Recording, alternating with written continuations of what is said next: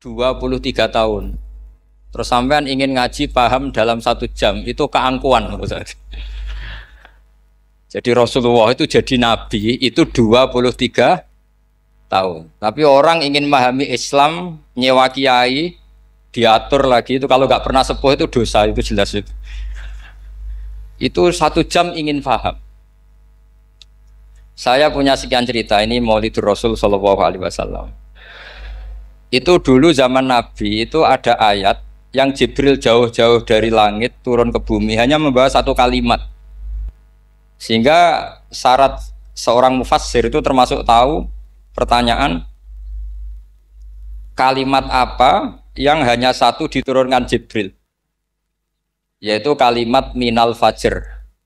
Jadi dulu awal-awal Islam itu ada ayat kamu makan wakulu washrobu hatta yatabayyana lakumul khaytul abyadu minal khaytil aswad.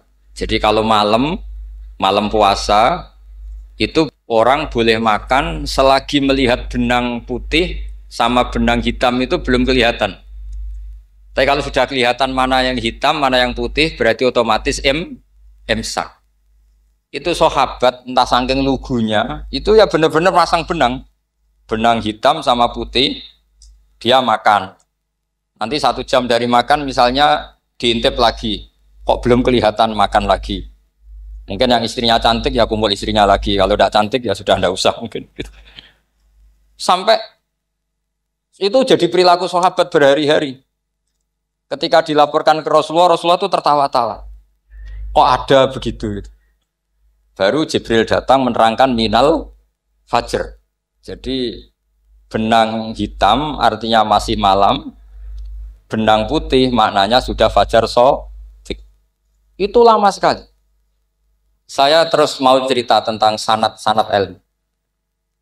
Jadi Nabi itu 23 tahun. Dan itu tidak gampang, ada fasenya. Bahkan ada fase Nabi itu harus as-sukut anil mungkarat. As-sukut anil mungkarat itu diilmoni oleh pakar-pakar usul fikih. Apakah as-sukut anil mungkarat itu berarti mengekrori kemungkaran? Apa takhirul bayan? Saya ulang lagi pakai bahasa Indonesia. Ketika ada kemungkaran, Nabi diam. Itu diamnya karena nyari momen untuk ngandani.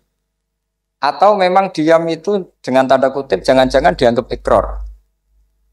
Makanya ulama usul fikih itu berdebat. Diamnya Nabi ketika melihat kemungkaran di awal Islam itu karena ada mahwa aham, ada yang lebih penting yaitu menerangkan tauhid.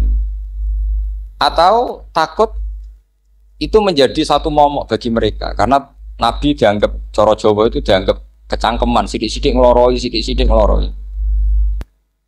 Nah, perdebatan ulama dalam seperti ini itu penting sekali karena nanti menjadi satu rumus ilmu.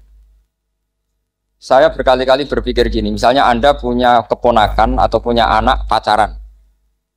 Ada Pak D yang keras sekali, mesti marah.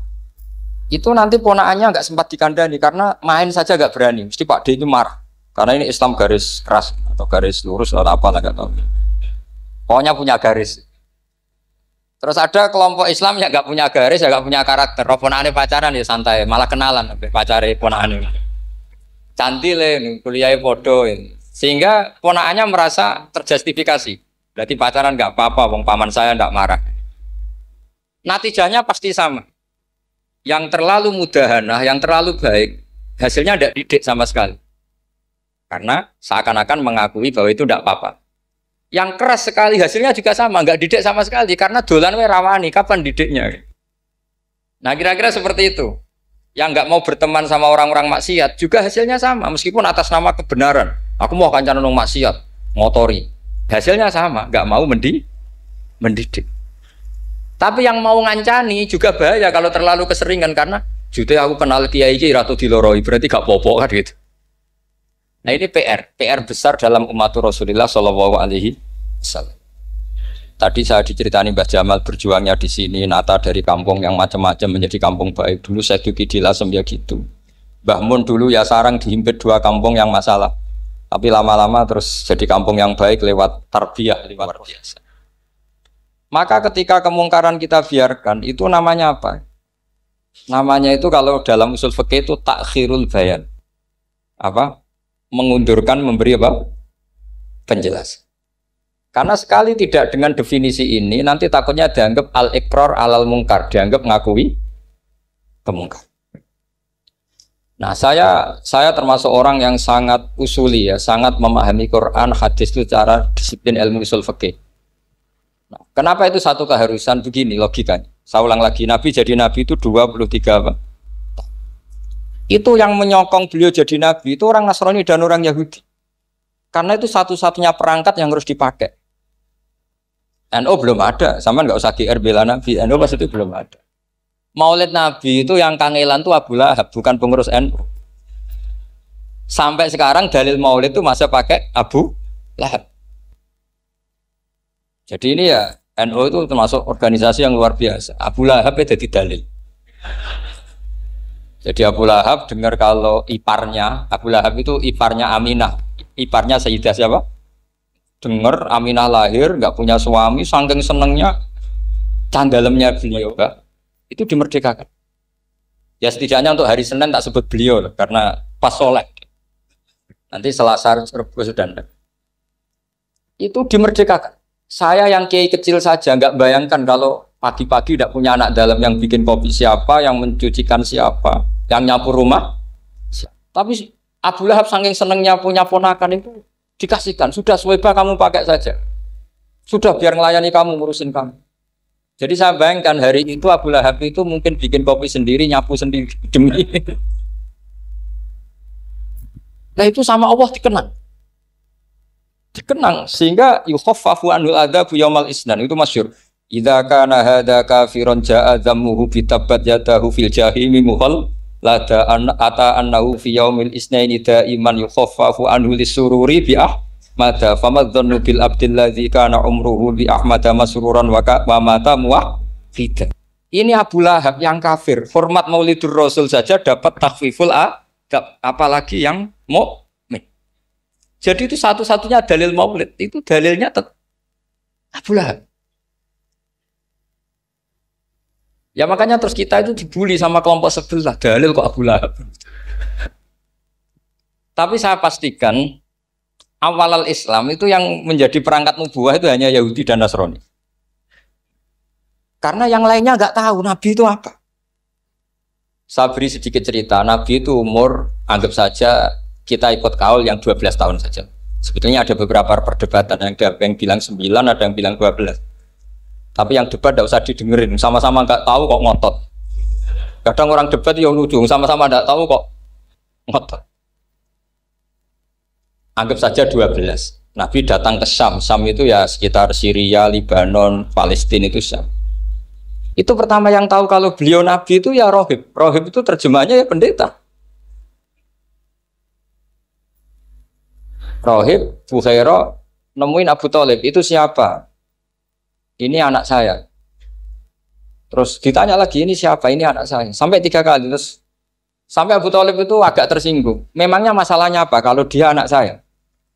Terus Ibu Bukhairah bilang gini, semua alamat Nabi pada anak ini itu ada semua, kecuali kecelakaannya satu, anak kamu. Loh memangnya masalahnya apa? Karena alamatnya Nabi di Taurat dan Injil itu yatim. Sementara ini punya bapak kamu, ini masalah. Jadi dilihat macanya sudah memenuhi kriteria, semua memenuhi kriteria kecuali satu, karena punya bapak Abu. Akhirnya Abu Thalib ngaku, ndak ini ndak anak saya, ponakan saya. Akhirnya diketahui kalau ini benar-benar calon Nabi. Pertama yang tahu siapa? Pendeta. Karena yang punya khazanah kitab samawi itu ya para orang Nasrani dan Yahudi. Sehingga Al-Quran meskipun pada akhirnya ngeritik Yahudi Nasrani, bicarakan Yahudi dan Nasrani. Karena satu-satunya yang masih punya kitab samawi itu Yahudi dan Nasrani, meskipun sebagiannya sudah dirubah-rubah. Alamat pertama itu seperti yang diceritakan di Berjanji, afi ainaihikum, matanya dilihat. Terus perlakuan pohon. Saya pernah di pohon itu, pohon nubuah. Itu umurnya ribuan tahun. Itu kalau Nabi duduk misalnya di arah barat, matahari dari barat, normalnya akan kena kesetrong matahari. Itu yang rubah itu dahannya. Jadi Nabi itu orangnya lugu, duduk aja nggak mau mikir. Memang syaratnya Nabi itu nggak boleh mikir, harus umi itu lugu. Nggak boleh Nabi mikir besok makan apa, terus jabat apa, itu nggak boleh. Itu udah Nabi itu, maklar itu. Nabi itu nggak boleh mikir. Makanya Quran nyifati Nabi itu makun tata drimal kita bualal iman. Kamu itu tidak tahu kitab itu apa, iman itu apa. Jika Nabi itu nggak bisa jumpa pers, nggak bisa. Nabi kok memaklumatkan wasata di malam, nggak bisa. Nabi itu justru bagus keliru pertama jadi Nabi. Nabi pertama ketemu Jibril itu dikira malakul maut, dia lari ketakutan. Zamiluni Khadijah, saya ini takut itu tadi ada malakul maut, saya takut.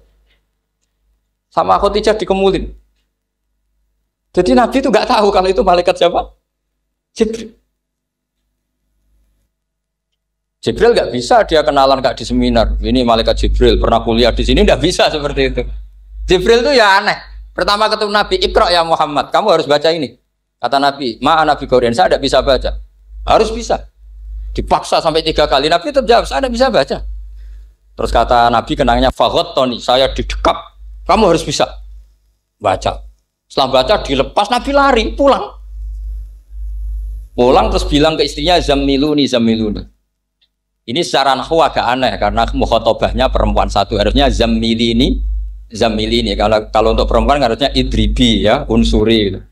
Tapi karena Khadijah dihitung ahl itu keluarga, maka Nabi pakai khitab mudzakkar jamak Zamiluni. Jadi Nabi nggak tahu kalau pertama jadi, karena syaratnya Nabi harus ummi. Justru karena ummi itu orisinil, semua yang dikatakan Nabi pasti dari wahyu. Asing nanti Nabi sampeyan mikir, saya besok ngomong apa ya supaya orang tertarik. Makanya kamu gak akan jadi Nabi. Selain sudah ditutup juga bahaya ini karena tadi. Makanya saya ngaji itu ya sekenanya saya tidak pernah ngaji itu mikir. Karena ngaji itu menarik tidak itu terserah nasib. Kalau nasib sedang baik, kamu tidak paham gini, wah Gus Baik ilmunya tinggi sampai kita tidak paham itu kalau nasib sedang baik. Kalau nasib tidak baik, ngomong sudah enak apa? Wah, sebulet tuh. Jadi sebetulnya ini masalah qalb. Allah yang muqallibal qulub. Kayak kamu kelihatan serius. Itu kalau nasib sedang baik dianggap pemikir. Kalau nasib sedang nggak baik, wong kok merengut terus, mesti begitu. Kalau kamu nasib baik, sering guyon, mesti orang komentarnya alhamdulillah itu ceria, gampang syukur. Kalau nasib nggak baik, ya ikut guya-guyu, jelas kan gitu. Sehingga Nabi itu memang nggak boleh mikir. Sehingga diistilahkan makun tadri mal kitab walal iman. Kamu itu tidak tahu Muhammad kitab itu apa iman. Justru itu bagus. Gak tahu itu bagus kalau untuk Nabi. Kalau untuk apa? Sehingga orisinil datang ke Khadijah Zamiluni. Jawabannya Khadijah lucu. Kamu betul ketemu orang seperti ini ke makhluk seperti ini nih. Iya kata Nabi. Itu Khadijah itu kacaunya bukan main. Khadijah itu kacau. Khadijah itu kubro. Masuk manaqib yang dicintai Mbah. Ini mbah-mbahnya Habib, ini Muhammad bin Anis. Khadijah bilang gini, ya gini saja mas. Suatu saat kalau teman kamu itu datang bilang ke saya, ya kata Nabi. Gak ngerti kalau ini dites. Suatu saat Jibril ini datang lagi. Nabi juga, ini loh temanku. Kalau bilang Jibril ini temanku datang lagi. Khadijah fahasarat an fakhidiyah. Masyhur itu di riwayat. Pahanya agak dibuka. Mas, temanmu masih, lari katanya. Terus setelah lari ditutup lagi. Temanmu datang lagi, iya datang lagi. Absyir ya Muhammad, kamu harus senang. Itu benar-benar kamu itu Nabi. Jadi Khadijah punya sekian definisi. Kalau Nabi betul itu melihat malaikat betul itu melihat aurat itu pasti lari. Jadi dibuka. Ternyata Jibril lari. Khadijah ini tidak tahu, yang tahu Nabi. Nabi ya nggak tahu kalau dites. Kalau Nabi tahu, kok nggak enak dites ya. Jadi ini mungkin, jadi Nabi itu gak tahu kalau dites. Mas, kalau temanmu datang bilang saya. Setelah pas Nabi sama Khadijah, Jibril datang. Masyhur itu fahasarat an fakhidiyah. Dibuka, temanmu masih mas, lari gitu. Ditutup lagi. Sekarang gimana mas? Datang lagi. Kamu harus seneng, kamu Nabi betul. Karena kalau itu setan, wah mesti seneng nonton aurat kan itu. Itu Nabi tidak tahu kalau dites. Kalau sampean kan tahu kalau mau dites istri. Sampean mulai kato tong wedok liya toko mesti bojo mbak servis untuk menutupi semua keburukan itu. Itu Nabi. Uniknya terus Khadijah. Nabi jadi Nabi sama Khadijah itu tahu dulu Khadijah. Nabi enggak tahu kalau mau jadi Nabi, tapi Khadijah tahu. Sehingga ketika umur 25 tahun Nabi sebagai pedagang, Khadijah itu ngirim mata-mata namanya Maisarah. Maisarah itu nama lelaki. Saya tambahin lagi, Maisarah nama lelaki. Nanti kalau kamu artikan nama perempuan, oh berarti Nabi kemana-mana punya perempuan. Enggak, Maisarah itu nama lelaki. Maisarah dikirim Khadijah terus. Gimana Muhammad di perjalanan? Tudilluhul ghamamah tuti'uhus sahaib. Kemana-mana dipayungi oleh mega, oleh awan. Sekian informasi ke Rasul ke Khadijah itu dimasukkan semua ke Khadijah. Tapi betapa kecewanya Khadijah ketika Nabi nikah umur 25 tahun, Khadijah umur 40 tahun. Itu kok gak jadi Nabi. Itu mulai kecewa sido jadi Nabi tahu. Makanya ketika tahun ke-40, berarti Nabi umur 40, cerita ketemu tadi Jibril, sebenarnya Nabi nggak tahu itu Jibril, nggak bilang Jibril. Itu Khadijah senangnya bukan main.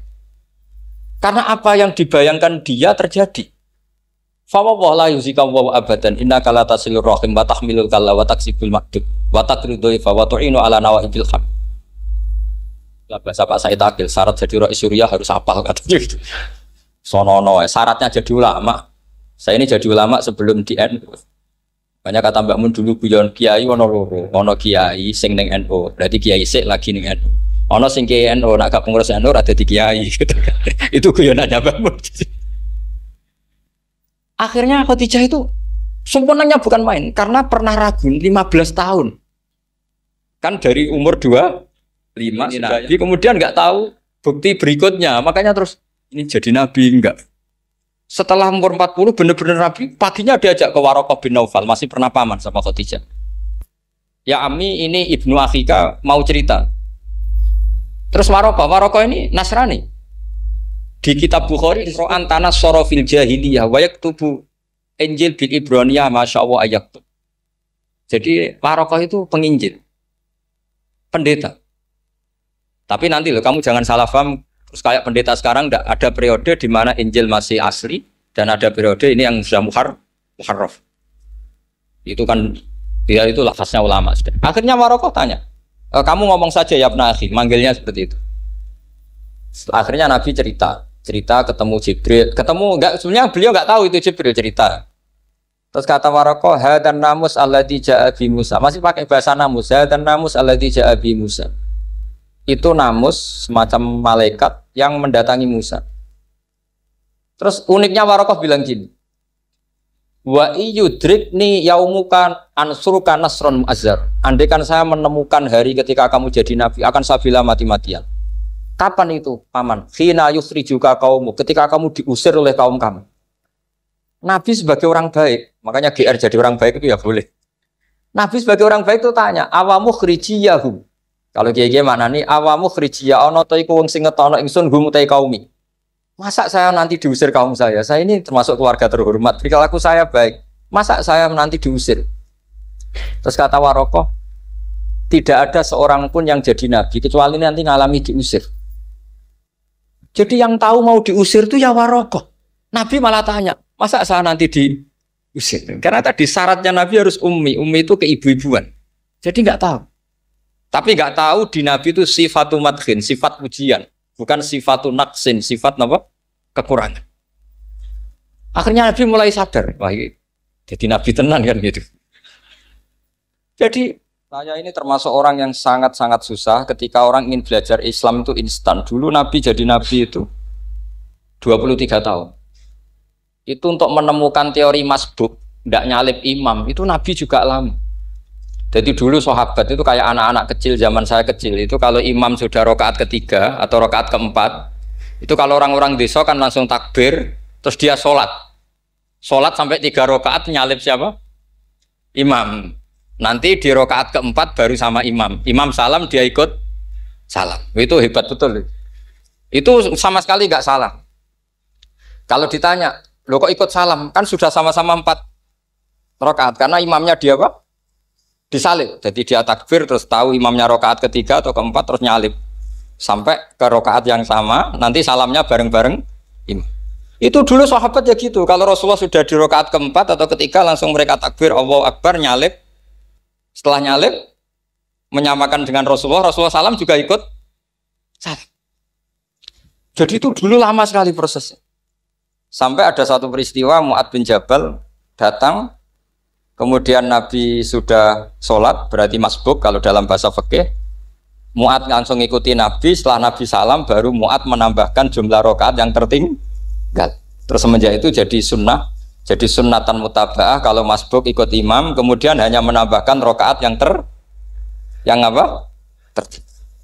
Itu 23 tahun. Jadi saya ngisi 20 menit yang nggak paham, 2 jam yang nggak paham, 3 jam yang nggak mungkin paham. Daripada gitu ya 20 menit saja. Ya itu betul, karena saya tidak punya kemampuan untuk itu. Saya masih ingat, saya ngaji umum pertama itu di hallnya abahnya Pak Hamid Pasuruan di Lasem. Kedua di Pak Hamid Pasuruan kemarin. Terus tadi di Kiai Robah Maksum, itu ajudannya 3 kali ke saya tidak mau. Kiai Robah datang sendiri, sudah sepuh dituntun. Saya ini agak-agak soleh lah, kalau sama orang sepuh itu pengapesan. Masih ingat lah aturan mainnya laisa minna walam yarham saghirana wa yuwaqqir haqqa kabirina. Tapi yang sepuh betul kayak Mbah Jamal itu sepuh betul. Ada sepuh gaya-gayaan tidak mau. Karena memang Mbah Jamal itu besanan sama saya, Mbah Sahal itu misanan saya, misanannya Mbah saya. Terus dapat Mbah Nafisah ya keluarga sini. Saya teruskan kalau Mbah Robah itu faktornya sanad. Robah bin Maksum, Maksum ini muridnya Mbah siapa itu? Fakih Mas Kumambang. Mbah Zubair dulu ya ngajinya sama Mbah Fakih apa? Mas Kumambang. Kemarin seminggu yang lalu saya di Pondok Termas ya faktornya sepuh. Karena sanad saya Mbah Mun, Mbah Zubair, Kiai Fakih Mas Kumambang, kemudian Mbah Mahfud apa Termas. Maka berjanji itu kitab yang masalah madaih itu bagus secara tarik. Jadi kita madaih itu beda-beda. Ada yang kayak Habib Ali. Habib Ali itu lebih ke isek itu berontok. Jika saya suka baca Simtud Duror itu kalau pas isek, pas berontok. Berontok itu ya pas kangen Nabi, biasanya saya wudhu terus baca Simtud Duror, itu pas isek. Tapi kalau saya ingin baca sejarah suka berjanji. Kalau Habib Ali jelas isek. Yang duriannya sekarang di Solo termasuk Habib Muhammad bin Husain bin Anis bin Alwi bin Ali yang punya Simtud Duror. Jika kalau beliau baca sholawat ya sholatan yattasulu biha ruhul musalli alaihi fayam basitu fi qalbi siru nuri ta'aluki bi wa hubbi fayuktabu biha bi inayatillahi nabu fi hisbi. Kalau berjanji enggak, dia tahu problem utama Nabi itu nasabnya karena beliau orang Quraisy, orang jahiliyah yang dikira enggak punya darahnya Nabi Ibrahim. Maka beliau pertama ngarang diantaranya wabatu fa'akul huwa Muhammad bin Abdullah bin Abdul Muttalib wasmuhu Syaibatul Hamdi Khumitat Khisalusaniyah. Saya pastikan Muhammad cucunya Abdul Muttalib. Dia yang punya pintu yang mau masuk ke Ka'bah namanya Babu Bani Syaibah. Itu nama lain dari Abdul Muttalib. Terus diteruskan Abdul Muttalib bin Hasyim terus sampai wa adnanu bila raibin idadzawil ulumin nasabiyah ila dabihi Ismail nisbatuhu wa muntah. Karena berjanji ingin ngomong, ingin memaklumatkan ini Muhammad. Kamu kira orang mana? Beliau adalah turunan Ibrahim. Kayak apa alimnya yang ngarang berjanji? Nah, saya berkali-kali ngomong di mana-mana. Lah berjanji itu nasibnya kurang baik. Dibaca bahasa Arab, yang baca nggak paham, yang dengar nggak paham. Akhirnya kubu sebelah dianggap baca mantra. Nah, terus dihukumi bid'ah kan? Coba kalau itu ditulis bahasa Indonesia. Nasab Muhammad. Dia punya bapak Abdullah, punya mbah Abdul Muttalib gini-gini. Paling kubu sebelah tidak akan bilang bid'ah. Mesti ngomong ini buku sejarah. Jadi gara-gara bawa bahasa Arab, sing maca ora paham, sing nyenggaki ora paham, terus koyo mantra. Sing kritik yo luwih ora paham. Sudah akhirnya. Jadi berjanji itu bela-belain Nabi itu yang dilihat sisi nasab. Makanya beliau ngendikan wa'adnanu bila raibin intadzawil ulumin nasabiyah ila dzabihi Ismaila nisbatuhu wa. Itu juga orang Yahudi. Akhirnya orang Yahudi banyak yang iman. Ternyata Muhammad itu tidak orang lain. Sampai mereka bilang Muhammad minal asbab. Muhammad itu enggak lain saudara kita. Akhirnya orang Yahudi banyak yang iman. Jadi pertama Nabi jadi Nabi itu yang tahu ya orang Yahudi dan orang Nasrani karena mereka masih punya sisa-sisa kitab samawi. Itu yang diceritakan Ka'bil Ahbar. Ya al-haditsus tsani an Yasar bin Atha an Ka'bil Ahbar. Qala allamani abi Tawrata ila sifran wahidan kana yaktimuhu wa yudkhiluhus sunduk falamma mata abi fatahtuhu fa idan fi nabiyyun yakhruju akhiras zaman maulidu bi Makkah wa hijratu bil Madinah wa sultanuhu bisyam. Jadi ini saya urun nerangkan maulid. Tapi jangan diundang lagi. Ya, pokoknya saya ini kaidahnya jelas. Kalau tidak pernah sepuh ngundang saya haram. Aturan fikihnya kan gitu. Kalah alim ngatur yang alim haram. Kalah tua ngatur sing tua haram. Tapi nak wong tua ngatur sing nom ana kemungkinan halal. Mergo ana kemungkinan sing nom ra nurut wong tua iku dosa. Makanya kalau saya dipanggil yang pernah sepuh, waduh cocok ra cocok ya samina wa ta'na. Karena Mbak Jamal ini abahnya Gus Rozin, biasanya basal. Terus saya pokoknya tak ingat saya pengajian umum tuh baru ke-7 ke 8. Semoga ya nanti sampai mati ya jumlahnya masih bisa terhitung. Tapi kalau ngaji rutin saya terus ngaji rutin. Saya pernah baca hikam di Jogja khatam. Kalau di pondok saya sudah nggak terhitung saya khatam berapa kitab nggak terhitung karena saya sering ngaji rutin. Sehingga tiba itu kitab kesayangan Habib Ali. Habib Ali sebelum ngarang Simtud Duror itu beliau nginduk kitab apa? Tiba masyhur. Jadi saya ulang lagi ya, kalau Tiba sama Berjanji lebih ke Tareh, kalau Habib Ali ke Isyak, semuanya baik. Saya baca Habib Ahmad Al-Habsyi Pasuruan pernah tak tanya, kenapa kalau Maulid baca 3-3-nya? Ben gak asobiah Gus, ben keduman kabeh. Saya itu setengah hafal semua, 3-3-nya setengah hafal. Berjanji cerita, Al-Hadis Susah, Tiba yang ini Tiba, Al-Hadis Susani an Yasar bin Ato an Kabil Akbar. Kata Kabil Akbar, saya ngaji sama bapak itu, Taurat itu khatam. Tapi saya itu iskal itu janggal. Kenapa ada satu lempiran yang nggak diajarkan? Disimpan fisunduk. Jadi orang Yahudi itu ada baiknya. Mestinya kalau mangkal kan dibakar supaya hilang jejak. Enggak. Karena Yahudi itu ada unsur nubuah. Karena babanya Yahuda bin Yakub bin Ishak bin Ibrahim. Tapi Yahudi yang orisinal ya. Saya berkali-kali ngaji bilang Israel itu kalimatu madkhin, pujian. Sehingga Israel disebut wa ani faddaltukum alal alam, itu Israel yang bani karena ada gennya Nabi. Kalau Israel yang sekarang itu nation, sebuah negara. Mereka ada yang Zionis, ada yang turunan Eropa, Amerika, terus Islamfobia. Itu beda Israel yang negara dengan Israel yang bani. Kalau yang bani itu ada unsur gen para apa? Nabi, sehingga ya bani Israel. Tapi kalau Israel sekarang nama sebuah negara. Sehingga ketika Allah bilang ya bani Israel itu khitabnya pada penduduk Medina. Kenapa? Karena penduduk Medina zaman itu banyak yang keturunan Nabi Ibrahim alaihis salam. Jadi Israel di Quran itu bukan nama sebuah negara, nama sebuah turunan. Sehingga disebut ya bani Israel, he anak turune Israel. Kita tahu Israel nama lain daripada Nabi Yakub. Yakub bin Ishak bin Ibrahim. Ya karena memang saya nekuni ilmu. Kalau tadi yang Banjari kan nekuni suara. Jadi suaranya bagus. Itu kalau nggak ditopang al-jamalul akli, logikanya juga bagus. Itu bahaya, nanti orang mau nyanyi tok. Nah ini tak bantu. Tadi ada al-jamalul sauti, kebaikan secara suara. Ini tak bantu al-jamalul akli, kebaikan secara makna. Ya mestinya keren al-jamalul akli, karena al-jamalul sauti itu penyanyi dangdut bisa. Jadi semua penyanyi bisa kalau suara bagus ya. Tapi kalau maknani tiba itu kalau tidak orang alim tidak bisa. Wis tuku terjemahannya tetap ra paham, ra bakat itu. Saya teruskan. Falam mama tabi, orang Yahudi itu dia benci kok naskah itu tetap disimpan. Terus kata Kabil Akbar, falam mama tabi fatahtuhu, ketika bapak saya meninggal, kotak ini tak buka. Faidan fihi nabiyyun yakhruju akhir zaman. Di situ ada keterangan bahkan akan ada nabi yang keluar akhirat, mauliduhu bi Makkah wa hijratuhu bil Madinah wa sultanuhu bis-Syam. Kerajaannya itu di Syam. Bareng Kabil Akbar ini sebetulnya menangi Rasulullah SAW. Tapi dia nggak mau iman. Karena Nabi itu nggak lengkap menurut dia. Ini Muhammad sudah benar lahirnya di Mekah, wafatnya di Madinah, tapi masih kurang satu, wa sultanuhu bis-Syam. Zaman itu Syria, Lebanon, Palestina masih di bawah pasukan salib, pasukan Nazaret.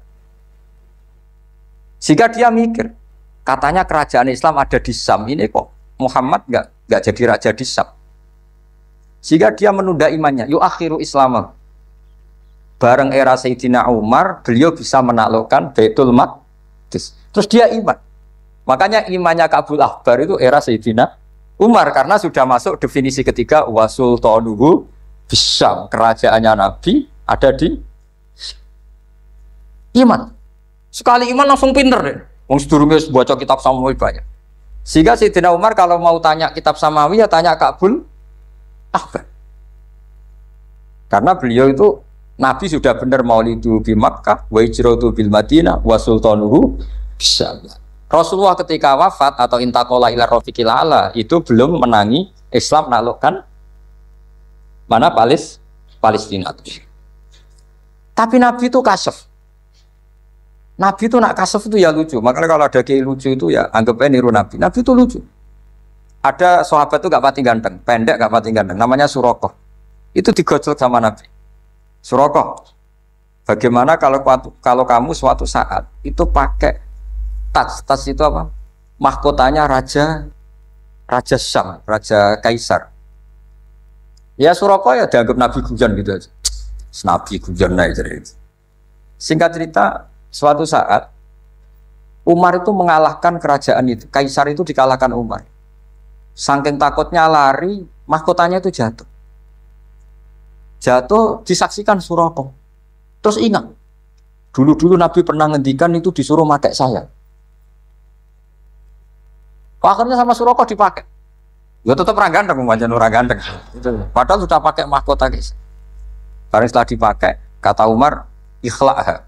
Itu dicopot. Mau saya pakai untuk Baitul Muslimin, untuk Baitul Mal.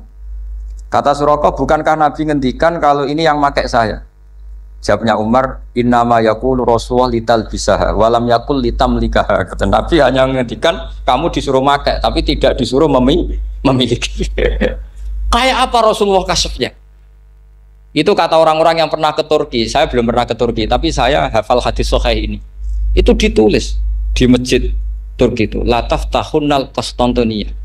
Kamu akan bisa mengalahkan pasukan Konstantinopel.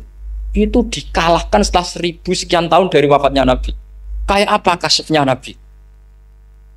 Karena Nabi wa ma yantiqu anil hawa in huwa illa wahyu. Coba kalau Nabi kayak pengamat, ngomong apa yang kira-kira terjadi? Wah itu kan mesti keliru semua karena berdasar akal. Tapi kalau Nabi berdasar apa? Kasef. Kasef itu satu apa? Kenyataan yang dipertontonkan Allah Subhanahu wa taala. Terus kedua, alamat Nabi itu pakai sandi. Sandi itu sesuatu yang nggak jelas tapi menjadi jelas bagi ahlinya.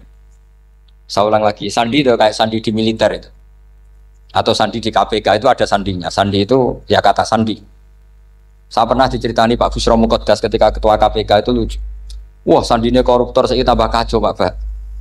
Itu kalau bilang uang itu kalau yang kemarin rame kan apel Amerika sama apel Malang. Kalau apel Amerika berarti US apa?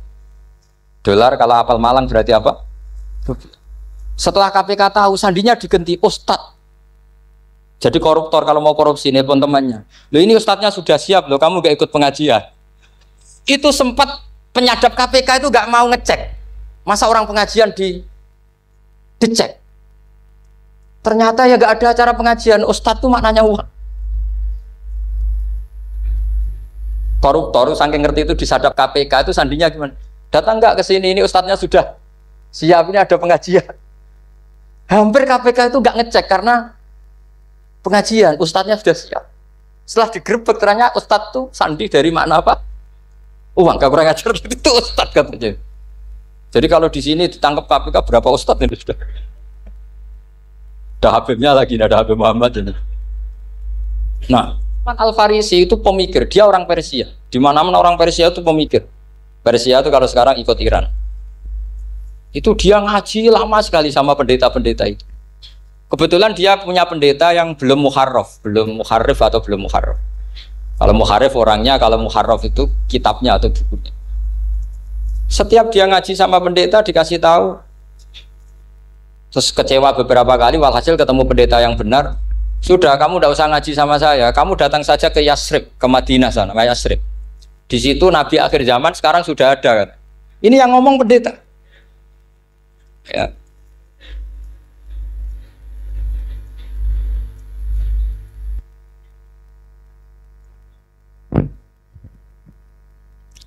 Ya terus sandinya itu 3. Itu aneh semua sandi. Sandinya pertama layak balus sodaqah.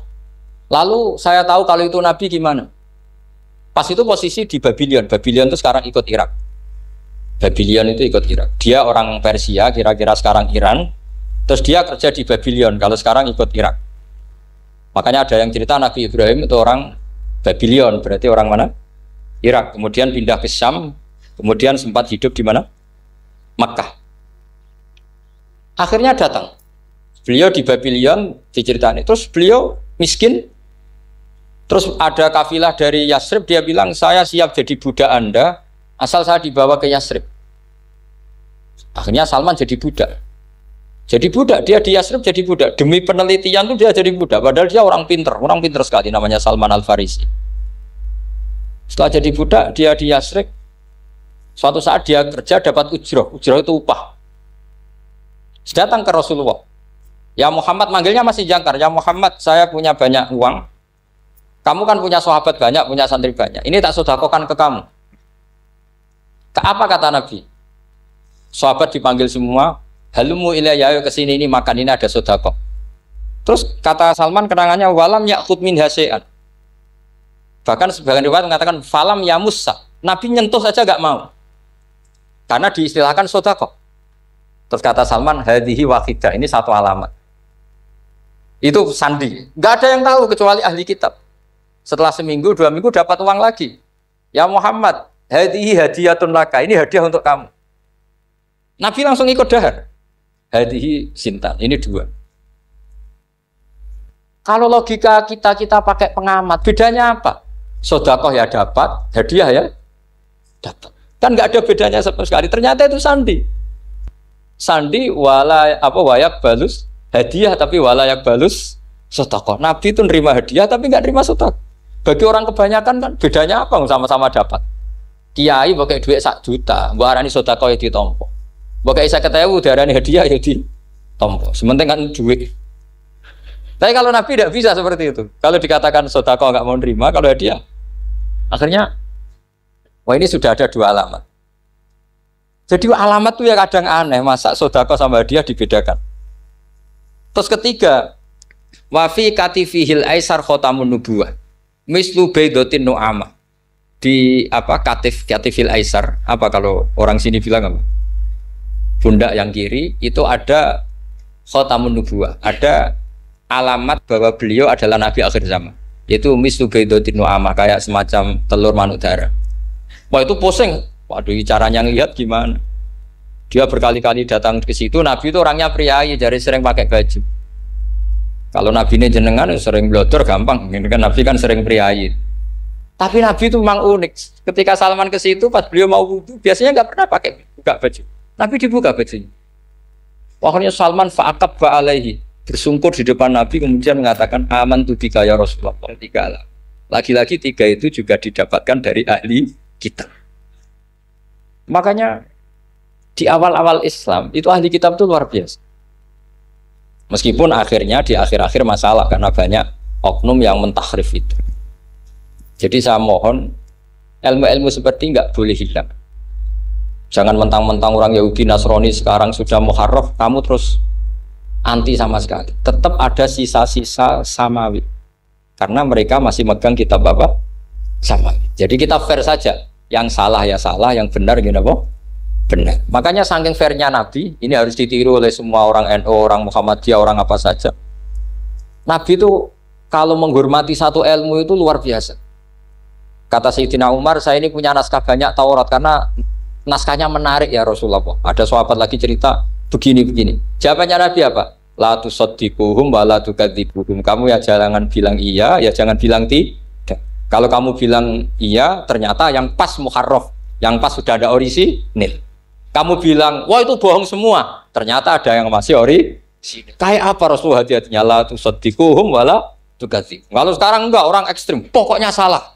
Kalau tidak kita pokoknya salah. Iku ora ono hadise. Sing ono iku emosine, paham gitu. Jadi Nabi itu fair. Kalau sesuatu enggak mesti ya la tusaddiquhum wala tukadzibuhum. Kamu ya jangan bilang iya, ya jangan bilang tidak. Faqulu amanna billah wa ma unsila ilaihi. Jadi ini kebanggaan kita terhadap Rasulullah Shallallahu Alaihi. Makanya kitab Fathul Bari, sarahnya Bukhari, termasuk komentarnya Said Muhammad di beberapa kitab beliau, di Mafahim, di beberapa kitab. Kamu jangan terlalu fikih. Kalau terlalu fikih kan nggak boleh mempercayai omongan orang kafir, orang ahli kitab. Karena awailun nubuwah itu yang komentar semua ahli kitab. Awailun nubuwah itu yang tahu bahwa Nabi Muhammad calon nabi itu semuanya data dari ahli apa? Ahli kita. Sudah akhirnya Nabi ketemu Jibril lagi.